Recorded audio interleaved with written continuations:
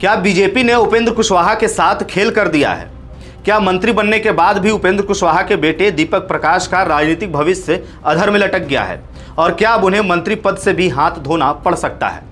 दरअसल बिहार की राजनीति में इन दिनों यही सवाल सबसे ज्यादा चर्चा में है, क्योंकि जिस दीपक प्रकाश को एनडीए सरकार में मंत्री बनाया गया, वहीं अब उनका एमएलसी बनना मुश्किल हो गया है। ऐसे में सवाल उठ रहा है कि आखिर एनडीए में उनके साथ हुआ क्या है। तो चलिए खबर को विस्तार से जानते हैं। नमस्कार, द हिंदी टॉप देख रहे हैं आप और मैं हूं आपके साथ जानिसार खान। दरअसल बिहार की राजनीति में इन दिनों राष्ट्रीय लोक मोर्चा यानी कि आरएलएम और उसके प्रमुख उपेंद्र कुशवाहा के बेटे दीपक प्रकाश को लेकर के चर्चा तेज है। वजह यह है कि दीपक प्रकाश को एनडीए सरकार में मंत्री बनाया गया, लेकिन बिहार विधान परिषद यानी कि एमएलसी चुनाव के लिए एनडीए की तरफ से जारी उम्मीदवारों की सूची में उनका नाम शामिल नहीं किया गया। दिलचस्प बात अब यह है कि दीपक प्रकाश फिलहाल बिहार सरकार में पंचायती राज मंत्री हैं, लेकिन वे विधानसभा या विधान परिषद किसी भी सदन के सदस्य नहीं हैं। और भारतीय संविधान के अनुसार कोई भी व्यक्ति मंत्री तो बन सकता है, लेकिन उसे 6 महीने के भीतर किसी सदन का सदस्य बनना जरूरी होता है। ऐसे में एमएलसी चुनाव को दीपक प्रकाश के लिए सबसे आसान रास्ता माना जा रहा था, लेकिन एनडीए उम्मीदवारों की सूची आने के बाद उनकी राह मुश्किल दिखाई देने लगी है। यही वजह है कि अब राजनीतिक गलियारों में सवाल उठ रहा है कि क्या बीजेपी और एनडीए ने उपेंद्र कुशवाहा को बड़ा झटका दे दिया है, क्योंकि जब बिहार में नई सरकार बनी थी तब दीपक प्रकाश को मंत्री बना करके यह संदेश दिया गया था कि कुशवाहा की पार्टी को गठबंधन में सम्मानजनक हिस्सेदारी दी जा रही है। उस समय माना जा रहा था कि बाद में उन्हें एमएलसी बना करके मंत्री पद बरकरार रखा जाएगा, लेकिन अब ऐसा होता नहीं दिख रहा है। दरअसल आपको बताएं कि बिहार विधान परिषद की 10 सीटों के चुनाव के लिए एनडीए ने अपने उम्मीदवारों का ऐलान कर दिया है। बीजेपी और जेडीयू ने 4-4 उम्मीदवार उतारे, जबकि एक सीट चिराग पासवान की पार्टी एलजेपी रामविलास को दी गई। इसके बाद एनडीए के खाते की लगभग सभी संभावित सीटें भर गईं और दीपक प्रकाश के लिए जगह नहीं बची। बता दें कि बिहार विधान परिषद की 10 सीटों के लिए चुनाव 18 जून को होना है और नामांकन दाखिल करने की आखिरी तारीख 8 जून यानी कि आज तय की गई थी। रिपोर्ट्स के मुताबिक आपको बता दें कि नामांकन प्रक्रिया लगभग पूरी हो चुकी है और एनडीए ने अपने अधिकृत उम्मीदवारों को मैदान में उतार दिया है और सभी ने नामांकन कर भी दिया है। ऐसे में दीपक प्रकाश के लिए समय अब लगभग समाप्त हो चुका है। आपको बता दें कि एनडीए ने कुल 9 उम्मीदवार उतारे हैं। बीजेपी ने पवन सिंह, संजय मयूख, अनिल कुमार ठाकुर और शीला पंडित को उम्मीदवार बनाया है। वहीं जेडीयू ने निशांत कुमार समेत 4 उम्मीदवार मैदान में उतारे हैं, जबकि 9वीं सीट एलजेपी रामविलास के उम्मीदवार अशरफ अंसारी को दी गई है। यानी तस्वीर साफ है, बीजेपी के 4, जेडीयू के 4 और एलजेपी के रामविलास के 1 उम्मीदवार मैदान में हैं। लेकिन इस पूरी सूची में उपेंद्र कुशवाहा की पार्टी राष्ट्रीय लोक मोर्चा का एक भी उम्मीदवार नहीं है। सबसे बड़ा झटका यही माना जा रहा है कि मंत्री रहते हुए भी दीपक प्रकाश को टिकट नहीं मिला। रिपोर्ट के मुताबिक आपको बताएं कि बीजेपी ने कथित तौर पर यह सुझाव दिया था कि दीपक प्रकाश बीजेपी के सिंबल पर चुनाव लड़ सकते हैं, लेकिन इस पर सहमति नहीं बन सकी।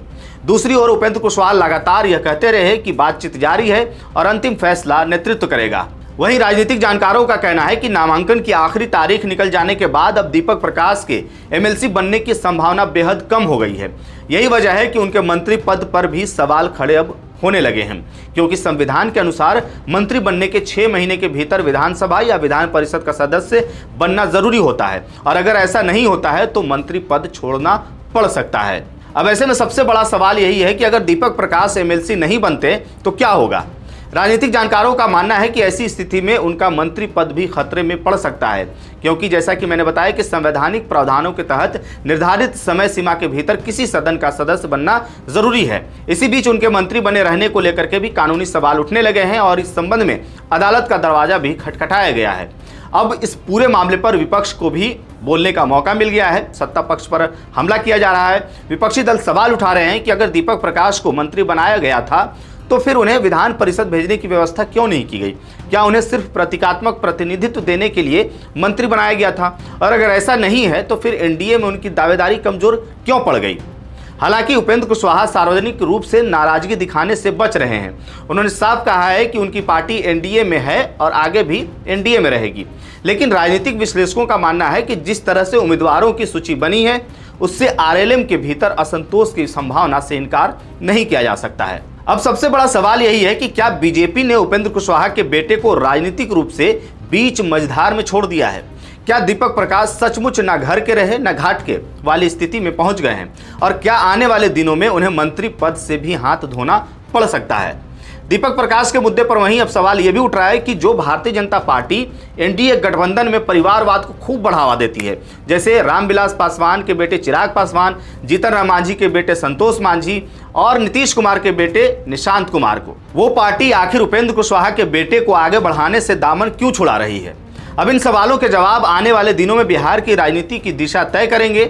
लेकिन यह मामला अब सिर्फ दीपक प्रकाश का नहीं रह गया है, बल्कि एनडीए के भीतर सहयोगी दलों की राजनीतिक हैसियत और सम्मान से भी जुड़ गया है। और यही वजह है कि अब सवाल सिर्फ एक मंत्री का या एक टिकट का नहीं रह गया है।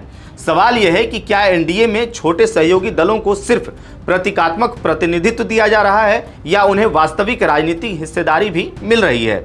क्या उपेंद्र कुशवाहा जैसे नेता, जिन्होंने एनडीए को मजबूती देने का दावा किया और अब वो खुद हाशिए पर महसूस कर रहे हैं? फिलहाल अब इतना तो साफ है कि नामांकन की आखिरी तारीख निकल चुकी है। एनडीए के उम्मीदवार मैदान में हैं, लेकिन दीपक प्रकाश उस सूची से बाहर हैं। ऐसे में बिहार की राजनीति में यह चर्चा और तेज हो गई है कि क्या मंत्री बनने के बावजूद उनका राजनीतिक भविष्य अनिश्चित हो गया है। इन सवालों के जवाब आने वाले दिनों में अब सामने आएंगे, लेकिन फिलहाल बिहार की राजनीति में सबसे बड़ा सवाल यही है कि क्या बीजेपी ने उपेंद्र कुशवाहा के साथ खेल कर दिया है और क्या दीपक प्रकाश को अब मंत्री पद बचाने के लिए कोई नया राजनीतिक रास्ता तलाशना पड़ेगा या फिर मंत्री पद से हाथ धोना पड़ेगा? इस खबर को लेकर के आपकी क्या राय है, आप क्या सोचते हैं, अपनी राय कमेंट बॉक्स में जरूर बताइएगा। मेरा नाम है जानिसार खान, आप देख रहे हैं द हिंदी टॉप। वीडियो अच्छी लगे तो चैनल को सब्सक्राइब कीजिएगा और हमें इंस्टा, फेसबुक और एक्स पर भी फॉलो कीजिएगा।